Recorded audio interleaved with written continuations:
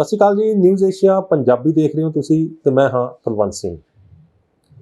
ਸਿਹਤ ਮਾਮਲਿਆਂ ਨੂੰ ਲੈ ਕੇ ਅੱਜ ਇੱਕ ਵਾਰ ਫਿਰ ਅਸੀਂ ਆਏ ਹਾਂ ਡਾਕਟਰ NK ਸ਼ਰਮਾ ਕੋਲ।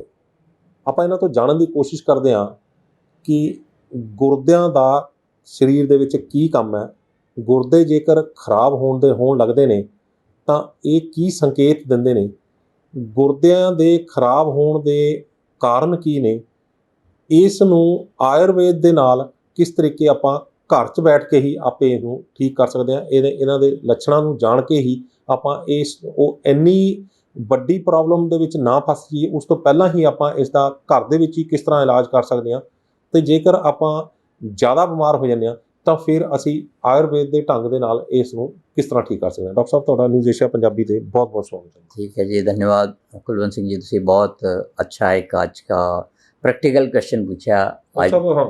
ਤੁਸੀਂ ਇਹ ਦੱਸੋ ਕਿ ਗੁਰਦਾ ਅਸਲ 'ਚ ਸਾਡੇ ਪਾਰਟ ਦੇ ਬੋਡੀ ਦੇ ਵਿੱਚ ਕਿੱਥੇ ਹੁੰਦਾ ਤੇ ਗੁਰਦੇ ਦਾ ਅਸਲ 'ਚ ਕੰਮ ਕੀ ਹੁੰਦਾ ਬੋਡੀ ਦੇ? गुर्दा शरीर दे विच तुसी अगर वैसे देखा जाए तो जो नाभि है अम्बलाइकस है, हाँ अम्बलाइकल इस थां ते अम्बलाइकल दे विच दो गुर्दे होते हैं दोनों साइड से, राइट एंड लेफ्ट वगैरह। तो इस गुर्दे दे विच ही मतलब जो भी अपनी एबनॉर्मलिटी है या जो नुक्स होता है या जो तकलीफ होंगी वो अपन इस तरह होती है। आम तौर पर जैसे तुसी देखा होगा, जैसे कि पथरी वाले मरीज में जब दर्द होता है तो पेट में वो यही कंप्लेंट लेकर के आता है कि मैंने पेट दर्द बड़ी हो रही है। तो वो पेट दर्द उन्होंने नहीं पता कि वो केड़ी गल तो हो रही है, लेकिन वो जब डॉक्टर चेक करते हैं, उसका एक्सरे करते हैं या कोई पता करते हैं तो उदों पता लगता है कि ये गुर्दे दे विच इहनूं कोई पथरी है, कोई सूजन है, कोई रुकावट आ गई है, किसी कोई इन्फेक्शन हो गई है। तो इस तरह की कोई कंडीशन मतलब होंदी है। तो ये अब तुसी सज्जे और खब्बे दोनों पासे मतलब एक एक गुर्दा होंदा है। इन्ना च तुसी मतलब ये समझ लो कि जो नाभि दे पास अम्बलाइकल रीजन दे पास ही मतलब हाँ नाभि है, इन्हां नूं मतलब वही कह सकते हैं नाभि दे आले दुआले दोनों तरफ होंदे। तो उससे ही अपन पता लग जाएगा कि ये इत्थे जो पोजीशन है वो गुर्दे वाली पोजीशन है। और दूसरा जो तुसी पूछा कि गुर्दे का मेन काम मतलब जो शरीर के अपने पंजाबी च कह दो उन्होंने कि शरीर के अंदर जो खून की सफाई का काम है, शरीर च जो सारा पूरी मशीनरी आप मुँह से इसोफेगस तो खाना शुरू करते हैं, बकल कैविटी से इसोफेगस हो जाती है, फिर उसके बाद स्टोमक के अंदर वो 2 घंटे तक भोजन पड़ा रहता है, फिर उसके बाद उतो आगे ड्यूडेनम तो हो करके फिर वो इंटेस्टाइन्स से आता है और उससे अंदर वो उतों फिर जो शरीर के अंदर जोड़े एब्जॉर्ब करने वाले मटेरियल होंगे हैं और किड़े वेस्ट प्रोडक्ट होंगे हैं। तो गुर्दे का ये काम होता है कि जो शरीर के लिए जो ताकतवर है या शरीर के लिए जिन्होंने आप यूजफुल कह सकते, उपयोगी कह सकते हैं, वो पदार्थ नूं मतलब बॉडी के अंदर रख करके उन्होंने खून मिला देता है। तो जोड़े वेस्ट प्रोडक्ट हैं ये एक तरह का फिल्टर है कि भाई जैसे अब इन्होंने चीज़ें ने अपन शरीर में लोड़ नहीं है, वो लोड़ नूं पेशाब के राही वो बाहर निकाल देता है। ये मतलब गुर्दे का मेन फंक्शन यही होता है।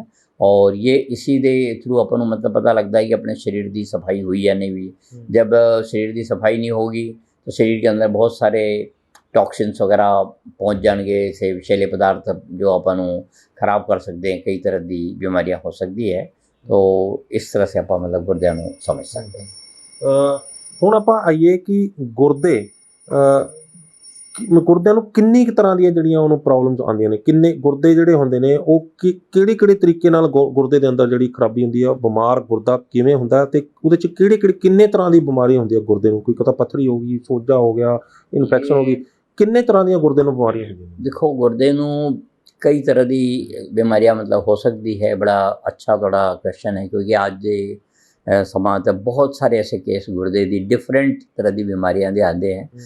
तो मोस्ट कॉमन तो साढ़े को जो मिलता है वो पथरी वाला मिलता है। तो गुर्दे का साइज काफ़ी बड़ा होता है, उस वो गुर्दे की अलग अलग कोई उससे पेल्विस से होती है, कई बार उससे कॉर्टेक्स से होती है।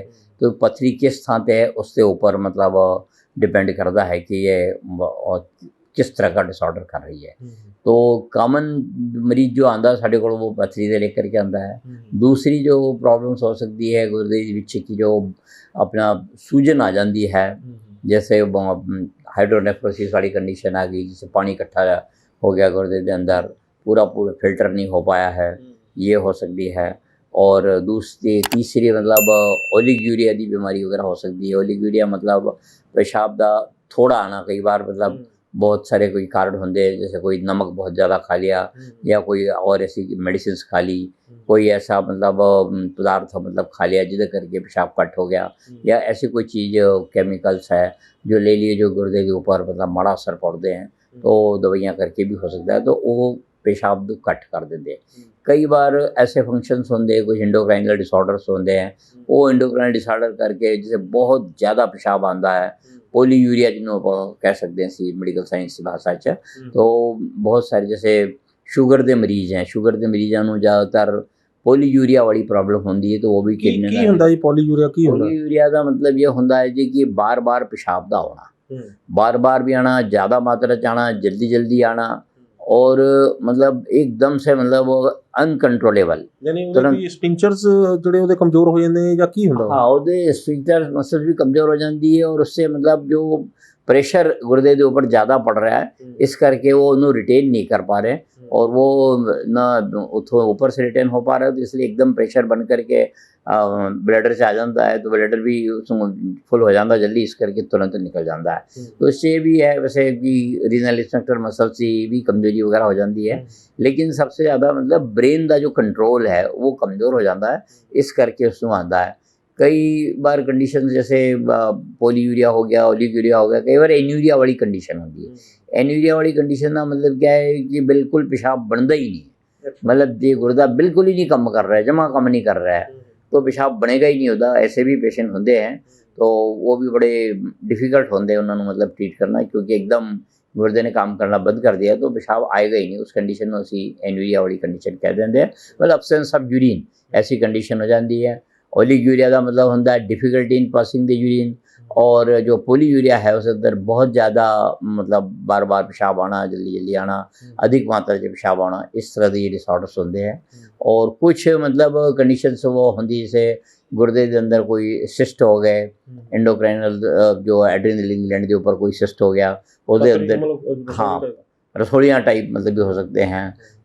गुर्दे के अंदर कई बार टीबी भी हो जाती है, ਪਾਣੀ ਵੀ ਪੈ ਜਾਂਦਾ? हाँ पानी भी पै जाता है, हाइड्रोनेफ्रोसिस कहते हैं, और टीबी भी हो सकती है, गुर्दे की टीबी भी मतलब जैसे लंग्स जो होती है, ऐसी टीबी गुर्दे च भी हो जाती है, और गुर्दे की टीबी भी कई तरह के डिसऑर्डर्स पैदा कर देती है, शरीर को कमज़ोर कर देती है।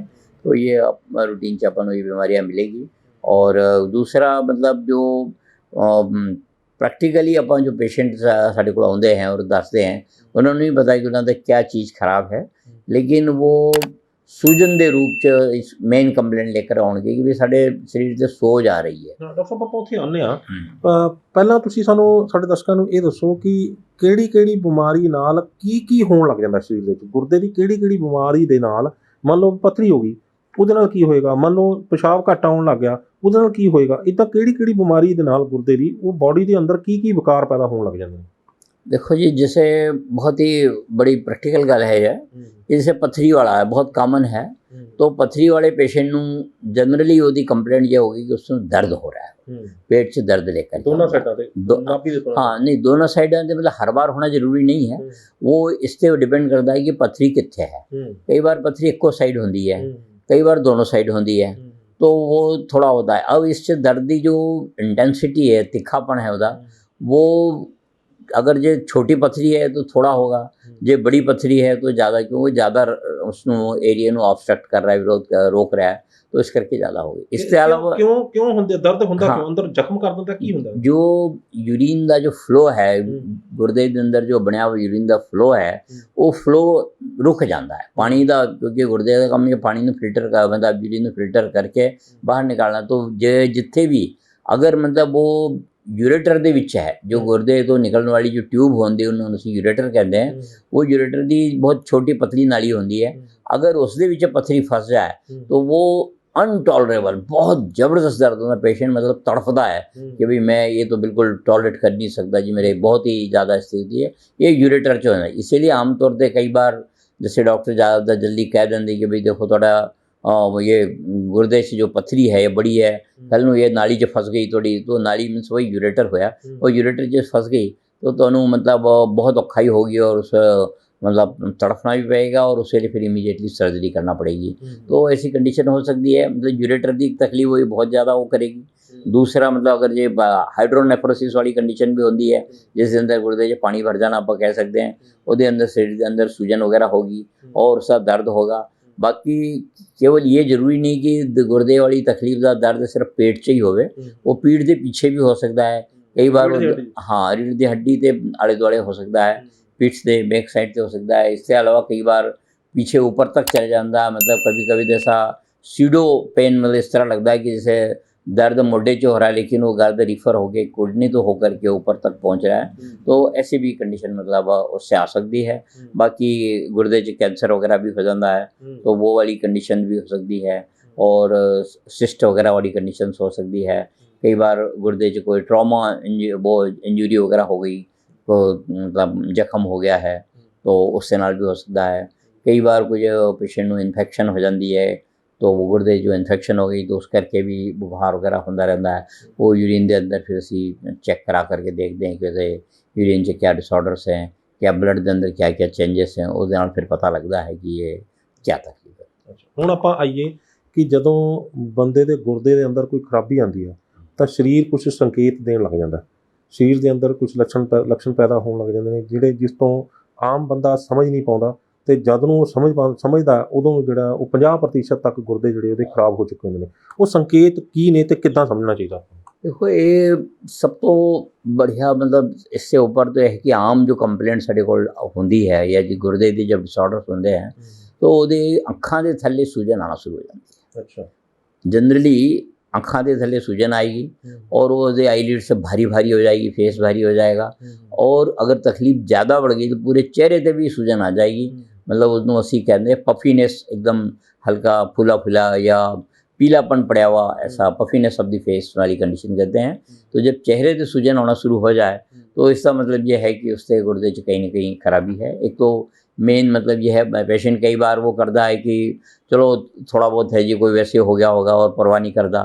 कभी कभी थोड़ी ये गल बड़ी अच्छी है कि जब तक पेशेंट को पता लगता है तब तक बहुत ज़्यादा डैमेज हो गया होता है, तो ऐसी कंडीशन हो सकती है। लेकिन उससे जैसे अगर किसी से भी चेहरे से सूजन आवे, खास करके पहले नीचे आईलिड्स अखा के आले दुआले सूजन होना शुरू होती है, तो उतो उसको अलर्ट हो जाना चाहिए और उससे नाल होए। दूसरा जो तकलीफ आएगी उन्होंने पेशेंट को, वो ये कहेगा कि जी मैनू पेशाब बड़ा मटमेला आ रहा है, कलर उसका साफ नहीं आ रहा है, या डार्क येलो आ रहा है, या मैनू पेशाब दे निकालने से मतलब बड़ी दिक्कत आती है। हाँ, या कई बार मेरा यूरिन का जो फ्लो है वो बड़ा स्लो हो रहा है, रुक रुक के आ रहा है, बूंद बूंद करके आ रहा है। कई बार हाँ, कई बार पेशाब करने जाता है, प्रेशर बनता है लेकिन आउंदा नहीं है। कई बार पेशाब ऐसा होता है जैसे दो धार बन करके निकल रहा है कि इधर से भी दोनों तरफ से, मतलब 2 वेज जो ऊपर मतलब निकल रहा है पेशाब। तो इस तरह की अगर कंप्लेंट आती है और पेशाब से जलन वगैरह हो सकती है, तो इन तो पता लग सकता उन्होंने कि ये गुर्दे की तकलीफ है उन्होंने। ਤੇ ਇੱਕ ਲੱਤਾਂ ਪੈਰਾਂ ਦੇ ਵਿੱਚ ਵੀ ਸੋਜ ਜਿਹੜੀ ਆ ਉਹ ਵੀ ਇਹਦੇ ਗੁਰਦੇ ਦਾ ਹੀ ਕਾਰਨ ਹੁੰਦਾ ਹੈ। ये मतलब जो बिगिनिंग वाली स्टेज जो शुरुआत तो फेस तो ही शुरू होती है। पैरों 'ਚ सूजन वगैरह का संबंध जब गुर्दे के नाल हार्ट के ऊपर भी इन्वॉल्वमेंट हो जाती है तो फिर पैरों से भी सूजन आ जाती है। ਜਦੋਂ ਐਡਵਾਂਸ ਸਟੇਜ हाँ, एडवांस से बाद वाली स्टेज होगी, शुरुआत से एकदम पैरों 'ਚ नहीं आएगी सूजन, शुरुआत फेस से ही होगी।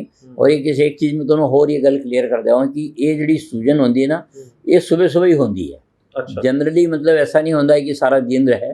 इसलिए जो थोड़ी जो गल है, बड़ा अच्छा क्वेश्चन पूछा तुसीं कि लोगों को पता ही नहीं चलता कि उसका गुर्दा खराब है। तो वो क्यों नहीं पता चलता, उसका कारण क्या होता है कि जब सो के उड़ता है तो जो एक मतलब ग्रेविटेशनल फोर्स के मुताबिक जो सारा आइस के आसपास थोड़ा स्वेलिंग पानी जमा हो जाता है, मुड़ के क्या होता है जब आप खड़े हो जाते हैं, वर्टिकल पोजिशन आ जाते हैं, तो फ्लूइड धीरे धीरे वापस अपने हिसाब नाल आगे निकल जाता है।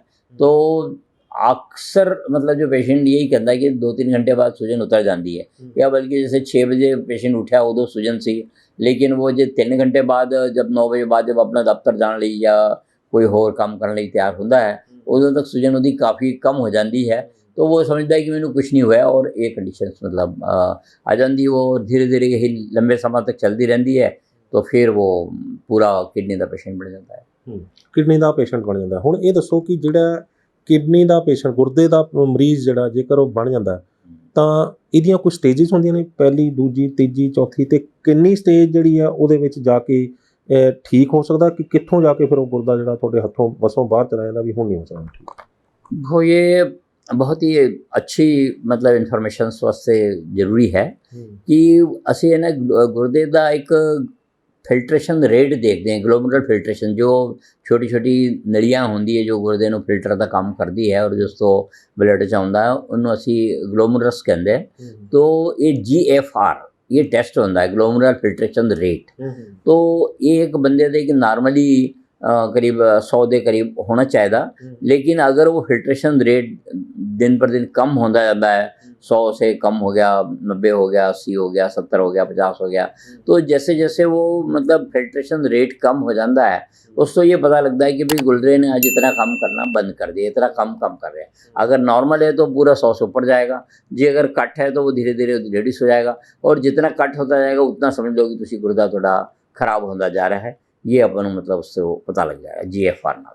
ਅੱਛਾ, ਨਹੀਂ ਇਹ ਕਿੰਨੀਆਂ ਸਟੇਜਿਸ ਹੁੰਦੀਆਂ ਨੇ ਇਹਦੇ ਖਰਾਬ ਹੋਣ ਦੀਆਂ, ਕਿ ਇਹ ਪਹਿਲੀ, ਦੂਜੀ, ਤੀਜੀ, ਜਾਂ ਕੋਈ ਇਹਦੇ 'ਚ ਕਦੋਂ ਤੱਕ ਆਪਾਂ ਇਹਦਾ ਇਲਾਜ ਜਿਹੜਾ ਸੰਭਵ ਹੁੰਦਾ ਤੇ ਉਸ ਤੋਂ बाद आपको बसों बाहर चले? दो ये एक्यूट स्टेज, क्रॉनिक स्टेज दोनों वो होती है। उससे मतलब ये कंडीशन से ऊपर होता है कि अगर कितना मतलब गुर्दे ने मतलब ये फंक्शनिंग है उसकी कितने % हो रही है। अगर जैसे यूरिन कंट्रोल नहीं हो रहा है या यूरिन का फिल्टर बिल्कुल नहीं हो रहा है, जहाँ उसके अंदर मतलब जो एन्यूरिया वाली कंडीशन है या ओलिगूरिया वाली कंडीशन है या नॉक्चूरिया वाली कंडीशन है। मतलब नॉक्चूरिया का मतलब होता है कि सिर्फ रात में ज़्यादा पेशाब आना, कई ऐसे पेशेंट होंगे हैं दिन ठीक आता है रात नहीं आता, तो वो भी बड़ी सीरियस डिसऑर्डर है नॉक्चूरिया, क्योंकि वो उसका संबंध फिर ब्रेन नाल चला जाता है, केवल गुर्दे नहीं, गुर्दे का इन्वॉल्वमेंट आगे तक पहुँच जाता और वो हार्ट और ब्रेन में भी मतलब इन्वॉल्व कर लेता है। तो इस तरह की कंडीशन नाल मतलब बड़ी सीरियस स्टेज रहती है, तो उस तो भी अपन बचाव लिए मतलब उपाय करना पएगा। ਹੁਣ ਆਈਏ ਵੀ ਗੁਰਦੇ ਦੀ ਪੱਥਰੀ ਜਿਹੜੀ ਆ ਉਹ ਅਕਸਰ ਇਹ ਕਿਹਾ ਜਾਂਦਾ ਕਿ ਮੈਡੀਕਲ ਸਾਇੰਸ ਦੇ ਵਿੱਚ ਆਈਏ ਆਪਾਂ, ਐਲੋਪੈਥੀ ਸਾਇੰਸ ਦੇ ਵਿੱਚ ਆਈਏ ਤਾਂ ਉਹਦੇ ਵਿੱਚ ਇਹ ਕਿਹਾ ਜਾਂਦਾ ਕਿ ਗੁਰਦੇ ਦੀ ਪੱਥਰੀ ਜਿਹੜੀ ਆ ਉਹਦਾ ਇਲਾਜ ਸਿਰਫ ਆਪਰੇਸ਼ਨ ਹੀ ਹੈ, ਜਾਂ ਲੇਜ਼ਰ ਕਰਾ ਲਓ ਜਾਂ ਤੁਸੀਂ ਜਿਹੜਾ ਉਹ ਚੀਰੇ ਵਾਲਾ ਕਰਵਾ ਲਓ। ਅਤੇ ਪਰ ਬਹੁਤ ਸਾਰੀਆਂ ਪੱਧਤੀਆਂ ਦੇ ਵਿੱਚ ਇਹ ਕਿਹਾ ਜਾਂਦਾ ਵੀ ਗੁਰਦੇ ਦੀ ਪੱਥਰੀ ਜਿਹੜੀ ਆ ਉਹ ਡਿਜ਼ੋਲਵ ਹੋ ਕੇ ਨਿਕਲ ਵੀ ਸਕਦੀ ਹੁੰਦੀ ਹੈ, ਦਵਾਈਆਂ ਨਾਲ ਨਿਕਲ ਵੀ ਸਕਦੀ ਹੁੰਦੀ ਹੈ। ਕੀ ਕਹਿਣਾ ਚਾਹੋਗੇ ਇਹਨਾਂ ਦਾਅਵਿਆਂ ਦੇ ਉੱਤੇ ਕਿ ਗੁਰਦੇ ਦੀ ਪੱਥਰੀ ਬਿਨਾਂ ਆਪਰੇਸ਼ਨ ਤੋਂ ਵੀ ਨਿਕਲ ਸਕਦੀ ਹੁੰਦੀ ਹੈ?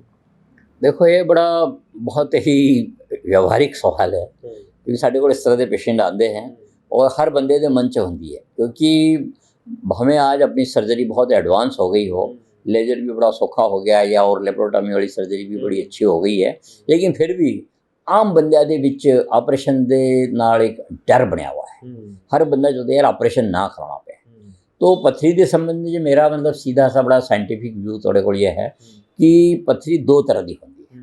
दो तरह की मीन्स मतलब क्या है कि कुछ जो होती है वो सॉल्यूबल होती है, कुछ होती इनसॉल्यूबल। जोड़े उहदे कंपोनेंट्स होंगे हैं वो सॉल्यूबल होंगे हैं और कुछ इनसॉल्यूबल होंगे हैं।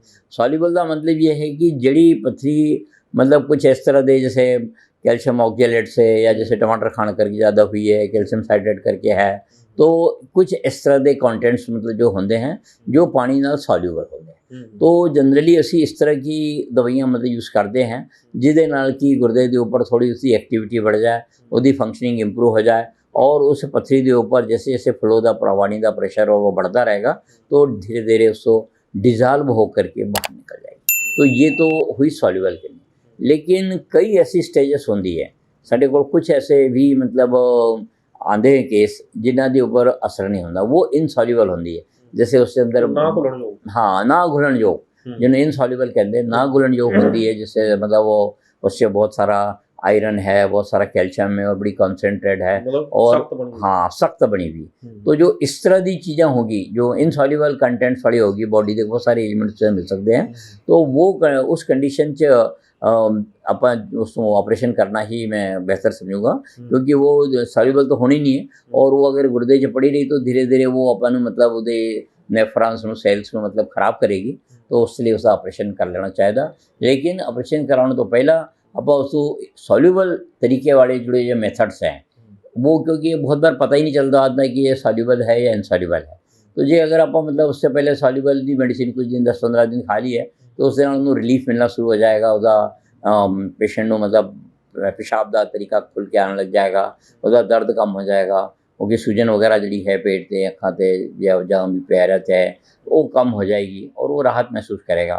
तो उससे ज़रा अपन पता लग सकता है। बाकी ਟੈਸਟ ਵੀ ਹੁੰਦਾ हाँ टेस्ट भी होंदा है, मतलब पथरी दे भी टेस्ट होंदे ਸੋਲਿਬਲ ਹੈ ਜਾਂ ਇਨਸੋਲਿਬਲ ਹੈ हाँ ये टेस्ट होंदे हैं, ये लेबोरेटरी वाले कर देंगे हैं।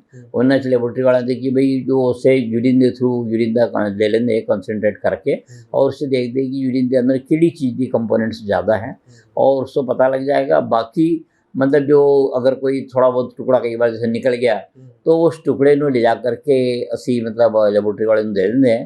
वो दस देगा कि इस अंदर आयरन बहुत है, कैल्शियम बहुत है या फास्फोरस है या ऑक्जेलेट्स है, कई तरह के मतलब जो केमिकल्स मतलब जिन्हें अगर बनाया हुआ है तो उसको पता लग जाएगा और उसको असी मतलब डिसाइड कर लेंगे कि ये सॉल्यूबल है और ईजी है, ये नहीं है तो इस तरह दस देवांगे ये पसंद आ गया। ਅੱਛਾ ਇੱਕ ਆਮ ਧਾਰਨਾ ਜਿਹੜੀ ਹੈ ਪਿੰਡਾਂ ਦੇ ਵਿੱਚ ਵੀ ਬਣੀ ਹੋਈ ਆ ਕਿ ਇਹ ਬੱਤਾ ਪੀ ਲਓ ਤੇ ਉਹਦੇ ਨਾਲ ਜਿਹੜਾ ਉਹ ਨਿਕਲ ਜਾਏਗਾ, ਜਿਹੜਾ ਆਪਾਂ ਕਹਿੰਦੇ ਆ ਗੈਸ ਵਾਲਾ ਜਿਹੜਾ ਉਹ ਆਪਣਾ ਸੋਡੇ ਨਾਲ ਪੀਣ ਦੇ ਨਾਲ ਜਿਹੜੀ ਆ ਉਹ ਪਥਰੀ ਨਿਕਲ ਜਾਏਗੀ।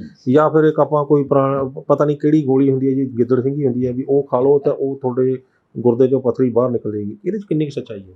देखो ये है ना, इससे कोई सच्चाई नहीं है, ये बिल्कुल मतलब एक जिन्हों कहते हैं ना झोला छाप डॉक्टर या मतलब अनपढ़ता वाला इलाज है, ऐसा नहीं करना चाहिए।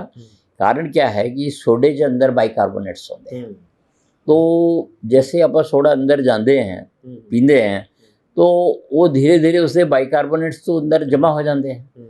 तो जो पथरी है वो भी इससे नाल ही बनती है, उससे भी बाइकार्बोनेट सारे इनसॉल्युबल हो गए तो वो और पासे कर देंगे। लेकिन हाँ, लेकिन एक बार जो बंदा पींदा है तो थोड़ा सा वो किडनी नू स्टिमुलेशन होंदी है तो पेशाब नू थोड़ी देर लिए खुल के आ जाता है, तो वो ये समझदा है कि नहीं जी मेरा तो क्लियर हो गया मामला। बाकी कई मतलब ऐसा लगता है कि चलो ठीक हो गया, पानी वानी पिया और थोड़ा बहुत इग्नोर कर लिया और एक मतलब जैसे समझ लो इमरजेंसी सॉल्व हो गई। लेकिन बेसिकली ये गलत है, मतलब ऐसे मेडिकली ऐसा नहीं करना चाहिए। मतलब बत्ता बत्ता पीने का कोई फ़ायदा नहीं है और न ये मन से रखना चाहिए कि बत्ते पीना मेरी पथरी टूट जाएगी, जैसे एब्सोल्युटली रॉन्ग। जैसे कई बार वो होता ना, जैसे लोग आम पिंडा च तुसीं बड़ी अच्छी गल करिए, जैसे किसी ने मिर्गी का दौरा पड़ जाता है तो लोग कहते लाओ जी जूता सुंघा दो। अब ये मतलब दिस इज़ वेरी रॉन्ग। ठीक है कि मेडिकल साइंस ये कहना है कि there should be the stimulation of the brain होना चाहिए, लेकिन उहदे और कोई अच्छे सोफिस्टिकेट तरीके भी होंदे हैं। तुसीं उन्होंने मतलब लसन सुंघा दो, तुसीं उन्होंने प्याज सुंघा दो, मतलब उसके अंदर उहदी नक बंद करके थोड़ी देर रख लो, मतलब सिर नूं दबा करो उससे, तो उससे नाल भी मतलब हो सकता है। हींग सुंघा दो मतलब प्रैक्टिकली, तो उहदे नाल हाँ मतलब ये अच्छे तरीके होंगे। हाँ अमोनिया सुंघा दो, अमोनियम क्लोराइड अगर तुहाडे कोल वो है तो, नहीं तो हाँ वो भी होंदा है। नहीं तो हींग आम घर च मिल ही जाती है, तो हींग अगर थोड़ा सूंघ लेगा, प्याज मिल जाएगा तो उसके नाल मतलब हो तो वो एक ज़्यादा मतलब सही तरीका है। जिहदे नाल कोई और नूं नाक दे थ्रू इन्फेक्शन पहुँच गई तो बंदा वो जो कुछ एक आध बीमारी तो है ही है, नाल एक आधी होर गिफ्ट ले जाएगा। तो इसलिए इसको ऐसा नहीं करना चाहिए। बाकी ये जो थोड़ा गुर्दे वाला जो बत्ते बत्ते पीने वाला जो हिसाब है, हाँ अगर उन्हें पीना ही है, गन्ने का रस पी ले, बिल्कुल अच्छा है। अनानास का जूस पी ले, ये डायूरेटिक होते हैं। इस तरह की जूस है, अनार का जूस पी ले। बाकी सबसे बढ़िया मतलब अनानास और गन्ने का रस, ये सबसे बढ़िया होंगे हैं। जे अगर ये पी ले तो उससे नाल मतलब उदा थोड़ा सा फिल्ट्रेशन हो जाएगी और फायदा होगा। ਹੁਣ ਆਈਏ ਆਪਾਂ ਆਯੁਰਵੇਦ ਵਾਲੇ ਪਾਸੇ। ਆਯੁਰਵੇਦ ਦੇ ਮੁਤਾਬਕ ਕੁਛ ਇਸ ਤਰ੍ਹਾਂ ਦਾ ਕੋਈ ਇਲਾਜ, ਕੋਈ ਇਸ ਤਰ੍ਹਾਂ ਦਾ ਜਿਹੜਾ ਕਿ ਬੰਦਾ ਘਰੇ ਬੈਠਾ ਉਹ ਡਾਕਟਰ ਤੱਕ ਹਾਲੇ ਪਹੁੰਚ ਨਹੀਂ ਪਾ ਰਿਹਾ, ਜਾਂ ਉਹ ਚਾਹੁੰਦਾ ਵੀ ਮੇਰੀ ਪਥਰੀ ਜਿਹੜੀ ਹੈ ਇੱਦਾਂ ਹੀ ਨਿਕਲ ਜਾਏ, ਕੋਈ ਇਸ ਤਰ੍ਹਾਂ ਦਾ ਫਾਰਮੂਲਾ ਜੜੀਆਂ ਬੂਟੀਆਂ ਦੇ ਵਿੱਚ ਹੈ ਜਿਹਦੇ ਨਾਲ ਉਹ ਆਪਣਾ ਕਰ ਸਕਦੇ ਨੇ? हाँ ऐसे साढ़े बहुत सारे आयुर्वेद के बने बनाए योग मिलते हैं बाजार के अंदर, जो मतलब पथरी टैबलेट्स होंगी है, अश्वरी घनवटी होंगी है, तो इस तरह बहुत सारी चीज़ें हैं। पत्थर चट्टा का वो पत्ता हो गया, उससे रस वो पत्ते का मतलब उधर रस निकालना पैदा, और उसका रस निकाल करके 10 ml मतलब 2 चम्मच रस उसमें। हाँ डायरेक्ट पत्ता नहीं, वो डायरेक्ट पत्ता खाना देना वो फिर बहुत सारे अब्जार वो नहीं हो पाएगा ना। उसमें उसका पीस करके उसे वो रस निकाल करके वो अगर आप पीते हैं 2 चम्मच एक बार से नहीं होगा, 2-3 बार मतलब उसमें लगातार 3-4 दिन तो कम से कम पीना ही पड़ेगा, तो उससे वो खुर जाएगी अगर वो सॉल्यूबल हुई तो। क्योंकि ये जितनी भी मैं तुम्हें पहले ही बताया था कि जितनी भी ये जो पथरियाँ निकल के जाती है वो सब इनसॉल्यूबल वाली तो कोई असर नहीं करता, सॉल्यूबल एलिमेंट्स वाली है वो ही मतलब निकलेगी, तो डिजॉल्व हो जाएगी और हो जाएगा। बाकी फिर भी वैसे एक रूटीन तौर पर अगर जैसे घर बैठे ही तुसी किसी को अगर मान लो एक जैसे तुसी पूछा है कि तकलीफ हो गई है, तो वो 1 गिलास 2 गिलास कोसा पानी पी ले, कोसा पानी पीने ਨਾਲ क्या होगा कि उन्हें थोड़ा सा यूरिन का फ्लो बढ़ेगा और अगर वो पथरी कोई छोटी मोटी जगह उससे जहाँ ऐसी प्लेस से है कि जो एकदम रुकावट डाल रही है जब पेन पैदा कर रही है तो थोड़े आसे पासे हो जाएगी तो बंदे को थोड़ा रिलीफ मिल जाएगा और बाद से वो निकल सकती है उसकी। और अगर ये घर से ही करना है तो आप टकोर कर सकते हैं पानी की टकोर नाल दूसरे भी पेशाब शरीर के हिस्से च मतलब यह है कि जो यूरिनरी ਬਲੈਡਰ ਦੇ ਤਲਤੁਨੀ ਤੋਂ ਥੱਲੇ ਵਾਲੇ ਪੋਰਸ਼ਨ ਇਸ ਪੋਰਸ਼ਨ ਲੋਅਰ ਐਬਡੋਮਨ ਹਾਂ ਲੋਅਰ ਐਬਡੋਮਨ ਤੇ ਤੁਸੀਂ ਉਸੇ ਟਕੋਰ ਕਰੋ ਜਿਹਨੂੰ ਆਪਾਂ ਪੇਡੂ ਵੀ ਕਹਿੰਦੇ हाँ जिन्हों आप पेडो भी कहते हैं बिल्कुल सही गल थोड़ी उससे दो तरह से टकोर कर सकते हैं। एक तो है मतलब आप कुछ आइस क्यूब्स ले लो बर्फ़ के टुकड़े ले लो उन्हें किसी पोच च थैली च पा करके रख लो और उससे आले दुआले जिथे दर्द हो रही उससे घुमाओ ਠੰਡਾ ठंडा ठंडे नाल तो 2-3 मिनट तक तुम ठंडे नाल घुमाओ उन्होंने। फिर उसके बाद क्या है कि फिर उसको हट करके फिर दूसरी एक और थैली ले लो इससे गर्म पानी है ਰੇਤ ਵੀ ਪਾ ਸਕਦੇ नहीं रेत नहीं ਗਰਮ ਪਾਣੀ वो रेत वाला अलग है। गर्म पानी ਦੇ ਨਾਲ मतलब ਤੁਸੀਂ ਉਹਨੂੰ ਉਸਦੇ ਆਸ-ਪਾਸ मतलब जब घुमाओगे ना तो ये बार बार ठंडा और गर्म ये दोनों ना रिफ्लेक्स एक्शन होती है तो ब्लडर जो एकदम जाम हो गया काम नहीं कर रहा है वो तुरंत मतलब एक्शन से आ जाएगा और जो भी चाहे मतलब क्योंकि अपन ये नहीं पता चलता कि वो नाड़ियाँ सिंगुड़ गई है या नाड़ियाँ फैल गई कि दोनों कारण नाल कभी वैसो कंस्ट्रिक्शन नाल भी हो सकता है कभी वेजो डायलेशन करके भी हो सकता है दोनों तरह की एबनॉर्मलिटीज होती है। तो उस कंडीशन च आप मतलब ये कर ली कि बर्फ नाल जो अगर फैली हुई नलियाँ हैं तो कंस्ट्रिक्ट हो जाएगी तो उस नाल भी प्रेशर बन जाएगा जी। अगर बहुत ज़्यादा मतलब वो सिंगुड़ी हुई नाड़ियाँ हैं तो गर्म पानी नाल फैल जाएगी और उससे नाल भी काम हो जाएगा और यूरिन का फ्लो निकल जाएगा और पेशेंट मतलब राहत महसूस करेगा। मतलब जब भी किसी को घर च अगर कोई एकदम होवे तो घरेलू होम रेमेडी के तौर पर ये गर्म पानी की टकोर कर दो और 1-2 गिलास उन्हें गर्म पानी पिला दो। अगर कोई ये पाइनएप्पल जूस या अनानास का जूस है या गन्ने का जूस अगर मिल जाए तो ये भी बहुत अच्छा होता है और उस नाल भी राहत मिल सकती है। ਹੁਣ ਇਹ ਆਪਾਂ ਡਾਕਟਰ ਸਾਹਿਬ ਕਿ ਗੁਰਦੇ ਦੀ ਪੱਥਰੀ ਜਿਹੜੀ ਇੱਕ ਐਸਾ ਹੈਗਾ ਬਿਮਾਰੀ ਹੈ ਜਿਹੜੀ ਇਹ ਕਹਿੰਦੇ ਨੇ ਵੀ ਇੱਕ ਵਾਰੀ ਆਪਰੇਸ਼ਨ ਵੀ ਕਰਾ ਲਓ ਤਾਂ ਦੁਬਾਰਾ ਵੀ ਹੋ ਜਾਂਦੀ ਹੈ ਤੇ ਇੱਕ ਵਾਰੀ ਆਪਰੇਸ਼ਨ ਮੰਨ ਲਓ ਵੀ ਉਹਦੇ ਕੋਲ ਕੋਈ ਹੱਲ ਨਹੀਂ ਨਿਕਲਿਆ ਅਖੀਰ ਚ ਆ ਕੇ ਉਹਨੂੰ ਆਪਰੇਸ਼ਨ ਹੀ ਕਰਾਉਣਾ ਪਿਆ ਪਰ ਡਰ ਦਿਮਾਗ 'ਚ ਫਿਰ ਵੀ ਬਣਿਆ ਹੋਇਆ ਵੀ ਦੁਬਾਰਾ ਹੋ ਜਾਏਗੀ ਉਸ ਤੋਂ ਬਚਣ ਲਈ ਕੀ ਕਰਨਾ ਚਾਹੀਦਾ। हाँ इसके लिए देखो इस तरह है कि जब भी पथरी होती है तो असी कुछ हिदायतां भी बाद च मतलब पेशेंट को दे देंगे क्योंकि ਜਿਹੜੇ ਕਾਰਨਾਂ ਤੋਂ ਅਸੀਂ ਜੋ मतलब आयुर्वेद में पहले भी बता चुका हूँ कि संक्षेप्त क्रियायोग निदान परिवर्तनम कि जो कारण है उसनों दूर करो ट्रीट दी कॉज मतलब जो डिसऑर्डर ਨੂੰ ट्रीट नहीं करना पर कारण ਨੂੰ दूर जो जैसे कारण मतलब जैसे एक पेशेंट है या कोई बंदा जो पानी पींदा ही नहीं ज़्यादा जिमें तो सारी दिहाड़ी में प्यास ही नहीं लगती 1 गिलास पानी पीना हो तो 1 गिलास पानी सफिशिएंट नहीं है पानी के रिक्वायरमेंट के हिसाब नाल जितना असर नहीं करेगा तो वो अगर अगे चल के भी ऑपरेशन एक बार मान लो उसका ऑपरेशन करके पथरी कट दी लेकिन बाद च भी वो 1 गिलास पानी पीता है तो उसमें दोबारा होने की संभावना है।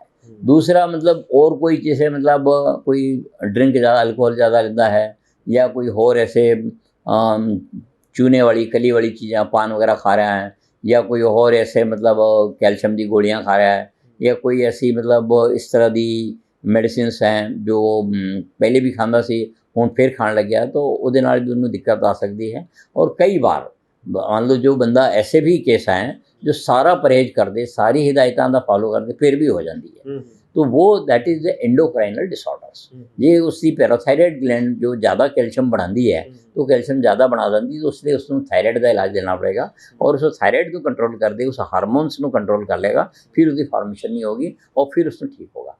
तो ये आप वो कारण पता लगा करके आजकल सारी लैबोरेटरी एडवांस हो गई हैं सारे तरह के टेस्ट हो जाते हैं लैबोरेटरी टेस्ट पथरी का भी हो जाता है किहड़ी गल तो खून खराब होया वो पता लग जाता है गुर्दे की फंक्शनिंग कितनी हैगी वो अपन को पता लग जाती है गुर्दे के अंदर जो चेंजेस हो रहे हैं वो पता लग जाते हैं मतलब साइज बढ़ रहा है सिंगुड़ रहा है या कोई सिस्ट हो गया है कोई रसोड़ी हो गई है कोई कैंसरस कंडीशन है ये सारी चीज़ें अपन अल्ट्रासाउंड एक्सरे इन्हां दे नाल मतलब पता लग जाती है तो किया जा सकता है। ਤੇ ਇੱਕ ਸੀਰਮ ਕ੍ਰੀਏਟਿਨਿਨ ਜਿਹੜਾ ਟੈਸਟ ਹੁੰਦਾ ਉਹ ਕਿਹਦੇ ਲਈ ਕਦ ਲਈ ਹੁੰਦਾ। हाँ ये इन्हां नूं असीं कहंदे है रीनल फंक्शन टेस्ट मतलब आम तौर पर जब पेशेंट को मतलब असी शक होता है कि भाई वह मतलब पेशेंट का गुर्दा पूरा काम कर रहा है नहीं कर रहा है तो उससे लिए असी एक तो ये कराते हैं कि उसका ब्लड यूरिया कितना है कि ब्लड यूरिया अगर 20 से 40 ਦੇ ਵਿਚਕਾਰ ਮਿਨੀਮਮ ਉਹ ਰੂਟੀਨ 'ਚ ਹੁੰਦਾ ਹੈ। ਅਗਰ ਜੇ ਉतना ਹੁੰਦਾ है तो कोई गल नहीं, लेकिन अगर इससे ज़्यादा हो रहा है ਇਹਦਾ मतलब गुर्दे की फंक्शनिंग थोड़ी डिस्टर्ब हो रही है। इसी तरह से सीरम क्रिएटिनिन ਦੀ भी है, जे अगर ये 1.2 तो ਵੱਧ गई तो वो मतलब इसका मतलब ये है कि गुर्दे की फंक्शनिंग थोड़ी डिस्टर्ब हो गई है और उस फंक्शनिंग ਨੂੰ मतलब इंप्रूव करने ਲਈ ਆਪਾਂ ਨੂੰ ਮੈਡੀਸਿਨ ਦੀ ਲੋੜ ਹੈ। तो ये मतलब कॉमन टेस्ट है ਸਾਡੇ ਰੂਟੀਨ 'ਚ ਹੁੰਦੇ हैं, तो ਇਸ ਨਾਲ ਪਤਾ ਲੱਗ ਜਾਂਦਾ ਹੈ। ਅੱਛਾ, ਤੁਸੀਂ ਦੱਸਿਆ ਕਿ 1.2 ਤੋਂ ਜੇਕਰ ਫੰਕਸ਼ਨ ਉਹਦਾ ਜਿਹੜਾ ਉਹ ਕ੍ਰਾਈਟੇਰੀਆ ਵੱਧ ਆ ਜਾਂਦਾ ਕ੍ਰੀਏਟਿਨ, ਹਾਂ, ਤਾਂ ਉਹ ਆਪਾਂ ਕੀ ਸਮਝੀਏ ਵੀ ਜੇ 1. ਮਤਲਬ 6 ਆ ਗਿਆ, 7 ਆ ਗਿਆ, 8 ਆ ਗਿਆ ਤਾਂ ਉਹ ਕਿੰਨਾ ਕੁ ਗੁਰਦਾ ਖਰਾਬ ਮੰਨਿਆ ਜਾ ਸਕਦਾ? हाँ देखो इस तरह है जी कि अगर 1.2 तो असी एक नॉर्मल बताया, लेकिन अगर वो धीरे धीरे बढ़ते, जैसे मान लो किसी की अर्ली स्टेजेस है तो 1.4 आ गया, 1.5 हो गया या 1.7 आ गया, तो ये अर्ली स्टेजेस है, जिससे कह सकते हैं कि भाई उससे गुर्दे की फंक्शनिंग थोड़ी खराब हो रही है, तो उसमें मतलब तुरंत मतलब अपना डॉक्टर में दिखा करके इलाज करने की जरूरत है। लेकिन जो तुसी पूछना चाहते हो, मैं समझ गया थोड़ी गल की पूरा गुर्दा कब खराब हो गया, यही तुसी जानो, तो वो जैसे अगर क्रिएटिनिन उदा मतलब 7, 8, 9, 10, 11 ऐसा हो गया, मेरे को 12 वाले भी आए हैं, मैं देखे हैं पेशेंट, तो वो इसका मतलब कि गुर्दा काफ़ी काम कर नहीं रहा है और उन्होंने फिर स्पेशल डायलिसिस की ज़रूरत पड़ती है, जो डायलिसिस द्वारा उसको मतलब फिल्टर कर दे, जो किडनी का फंक्शन है वो मशीन के थ्रू करके हेमोडायलिसिस करते हैं और खून में साफ करके उसको वो करना पड़ता, सेट करना पड़ता है, तो वो कंडीशन क्रिटिकल होती है। लेकिन अगर 1.2 से 1.4, 5, 6 तक आया तो वो बहुत ज़्यादा नहीं है, लेकिन दैट इज़ अलार्मिंग सिचुएशन, और उस कंडीशन जो बंदे ने अपना खान पान पानी दिनचर्या वगैरह जो है वो व्यवस्थित कर लेनी चाहिए इस पर, तो ठीक रहेगा। ਤੇ ਇੱਥੇ ਆਪਾਂ ਨਾਲ ਇਹ ਵੀ ਕਹਿ ਦਈਏ ਕਿ ਜਿਹੜਾ ਜੇਕਰ ਬਲੱਡ ਯੂਰੀਆ ਕਿਸੇ ਦਾ ਵੱਧ ਰਿਹਾ ਤੇ ਯੂਰਿਕ ਐਸਿਡ ਕਿਸੇ ਦਾ ਵੱਧ ਰਿਹਾ ਤਾਂ ਉਹਦੇ 'ਚ ਪ੍ਰੋਟੀਨ ਜਿਹੜੇ ਜ਼ਿਆਦਾ ਲੈ ਰਹੇ ਆ ਤਾਂ ਉਹਨਾਂ ਨੂੰ ਇਸ ਚੀਜ਼ ਦਾ ਧਿਆਨ ਰੱਖਣਾ ਪਏਗਾ ਵੀ ਗੁਰਦੇ 'ਤੇ ਅਸਰ ਪੈ ਰਿਹਾ ਇਸ ਚੀਜ਼ ਦਾ। हाँ ये चीज़ बिल्कुल सही है, ये प्रैक्टिकल होता है, लोग आते ही हैं साढ़े को कि ब्लड यूरिया भी बढ़ने वाले भी आते हैं, यूरिक एसिड बढ़ने वाले भी आते हैं, और ये है कि इसका संबंध डाइट नाल जरूर है। तो जैसे प्रोटीन्स डाइट है, तो प्रोटीन्स डाइट से मतलब प्रोटीन्स लेना कोई माड़ा नहीं है, लेकिन अगर असी ज़्यादा ले रहे हैं, मतलब लोड़ तो वध ले रहे हैं, दो कारण लभदे हैं इसके अंदर। एक तो होया कि अपन लोड़ तो वध ले रहे हैं, दूसरी गल ये है कि चाहे लोड़ तो वध नहीं भी ले रहे हो, लेकिन साडा गुर्दा काम नहीं कर रहा है, मतलब या साडा प्रोटीन का मेटाबॉलिज्म है वो डिस्टर्ब है, मतलब बॉडी नू जो प्रोटीन नू पचा करके जो ताकत बनानी है वो ताकत नहीं बन रही है, तो वो एक बाई प्रोडक्ट के रूप में यूरिक एसिड बढ़ा देगा और वो डिपॉजिट हो जाएगा। तो मतलब मेन चीज़ इससे है कि केवल अकेले ज़्यादा मतलब पनीर खा लेने नाल या ज़्यादा नॉन वेज खा लेने नाल, अंडे खा लेने नाल, या कोई बहुत ज़्यादा राजमा पनीर छोले ये खाने नाल केवल इसी दे करके ही सारा डिस्टर्बेंस नहीं होता है। एक सीमित मात्रा खाना चाहिए, लेकिन रूटीन च अगर जो आप जरूरत से ज़्यादा खा रहे हैं और शरीर उन्हें पचा नहीं पा रहा है तो दैट इज़ एबनॉर्मलिटी। एबनॉर्मलिटी मतलब वो न पचा पाना है, तो अपन दोनों चीज़ें ध्यान रखनी पड़ेगी, कितनी अपनी लोड हैगी और कितना वो होगा। आम रूटीन तौर पर मतलब एक बंदे को प्रोटीन की लोड होती वजन के मुताबिक ही देखना चाहिए कि जे अगर उसका बंदे का वजन 50 किलो है तो उन्होंने 50 ग्राम प्रोटीन नाल भी दा काम चल जाएगा। जे 80 किलो है तो 80 किलो प्रोटीन, 80 ग्राम प्रोटीन, मतलब जितने किलो वजन है उतने ग्राम प्रोटीन वो आराम नाल मतलब डाइजेस्ट कर सकता है, अगर उसका और कोई डिस्टर्बेंस मेटाबॉलिज्म सही है तो। लेकिन अगर ऐसा नहीं है तो वो खराब करेगा। अच्छा, एक तो तुसी गर्म पानी वाला टिप दस्या सी, एक तुसी सेक वाला टिप दस्या सी, ते जांदे जांदे कोई होर टिप ऑफ द इंटरव्यू देना चाहोगे? हाँ जी, इससे मतलब सबसे बढ़िया तो यह है कि अगर बंदा रोज़ 2 इलायची रोज़ खा लिया करें, छोटी छोटी इलायचियाँ, अगर 2 इलायची, वैसे आम तौर पर पहले अपने भारतीय संस्कृति च रोटी खाने के बाद इलायची सौंफ वगैरह दी जाती सी, तो इलायची का रोल है वो बहुत अच्छा डायरेटिक का भी है और ये थोड़े इससे रीनल फंक्शन को कंप्लीट करके रखता है। अगर कोई बंदा रोटी खाने के बाद अगर 2 छोटी इलायचियाँ रोज़ खा लेंदा है तो उसनों काफ़ी मतलब गुर्दे वाली प्रॉब्लम नहीं होगी। तो डॉक्टर ਤੁਸੀਂ न्यूज़ एशिया ਦੇ ਦਰਸ਼ਕਾਂ ਨੂੰ ਇੰਨੀ ਵਡਮੁੱਲੀ ਜਾਣਕਾਰੀ ਦਿੱਤੀ ਹੈ, ਤੁਹਾਡਾ ਬਹੁਤ ਬਹੁਤ ਧੰਨਵਾਦ। ठीक है जी, धन्यवाद कुलवंत सिंह जी, तुसी जो लोगों ਲਈ बहुत उपयोगी गल्लां मतलब पूछी है और मैंने उम्मीद है कि लोग इसका पूरा फायदा उठाएंगे और ये सरल सरल चीज़ें मैं दसी हैं ताकि हर कोई इसको इंप्लीमेंट कर सके। और साडा टीचा भी यही है कि आम जनता इस लाभ तो वध लाभ लेवे, इसलिए मैं थोड़ा बहुत बहुत तहे दिलों धन्यवाद करता हूँ। शुक्रिया डॉक्टर साहब। ये सन डॉक्टर NK शर्मा, MD ਨੇ ਇਹ ਆਯੁਰਵੇਦ ਦੇ ਵਿੱਚ। ਇਹਨਾਂ ਨੇ ਆਯੁਰਵੇਦ ਮੈਡੀਕਲ ਪਟਿਆਲਾ ਦੇ ਜਿਹੜਾ ਆਯੁਰਵੇਦ ਕਾਲਜ ਹੈ ਉਹਦੇ ਵਿੱਚ ਪ੍ਰੋਫੈਸਰ ਰਹੇ ਨੇ, ਡਾਕਟਰਾਂ ਨੂੰ ਪੜ੍ਹਾਉਂਦੇ ਰਹੇ ਨੇ। ਜਿਹੜੇ ਡਾਕਟਰੀ ਦੀ ਪੜ੍ਹਾਈ ਕਰਦੇ ਸੀਗੇ 500 ਤੋਂ 600 ਡਾਕਟਰ ਹੁਣ ਤੱਕ ਇਹਨਾਂ ਕੋਲੋਂ ਪੜ੍ਹਾਈ ਕਰਕੇ ਆਪਣੀਆਂ ਵੱਖ ਪ੍ਰੈਕਟਿਸ ਕਰ ਰਹੇ ਨੇ, ਨੌਕਰੀਆਂ 'ਤੇ ਲੱਗੇ ਹੋਏ ਨੇ। ਮਰਹੂਮ ਰਾਸ਼ਟਰਪਤੀ ਗਿਆਨੀ ਜੈਲ ਸਿੰਘ ਹੁਣਾਂ ਦੇ ਵੀ ਇਹ ਨਿੱਜੀ ਡਾਕਟਰ ਰਹੇ ਨੇ।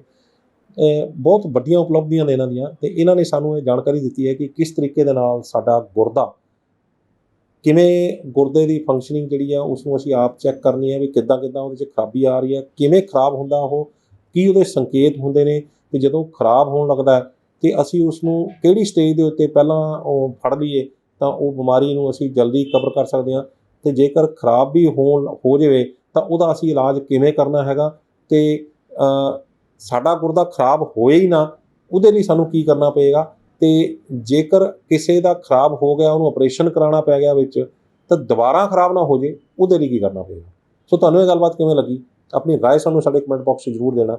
ਜੇਕਰ ਵੀਡੀਓ ਚੰਗੀ ਲੱਗੀ ਹੈ ਤਾਂ ਇਸ ਨੂੰ ਲਾਈਕ ਅਤੇ ਸ਼ੇਅਰ ਜ਼ਰੂਰ ਕਰ ਦਿਓ ਤਾਂ ਕਿ ਇਸ ਦਾ ਫਾਇਦਾ ਸਾਰਿਆਂ ਨੂੰ ਹੋਵੇ। ਸਾਡੇ ਚੈਨਲ ਨੂੰ ਲਾਈਕ ਅਤੇ ਸਬਸਕ੍ਰਾਈਬ ਕਰਨਾ ਨਾ ਭੁੱਲਿਓ।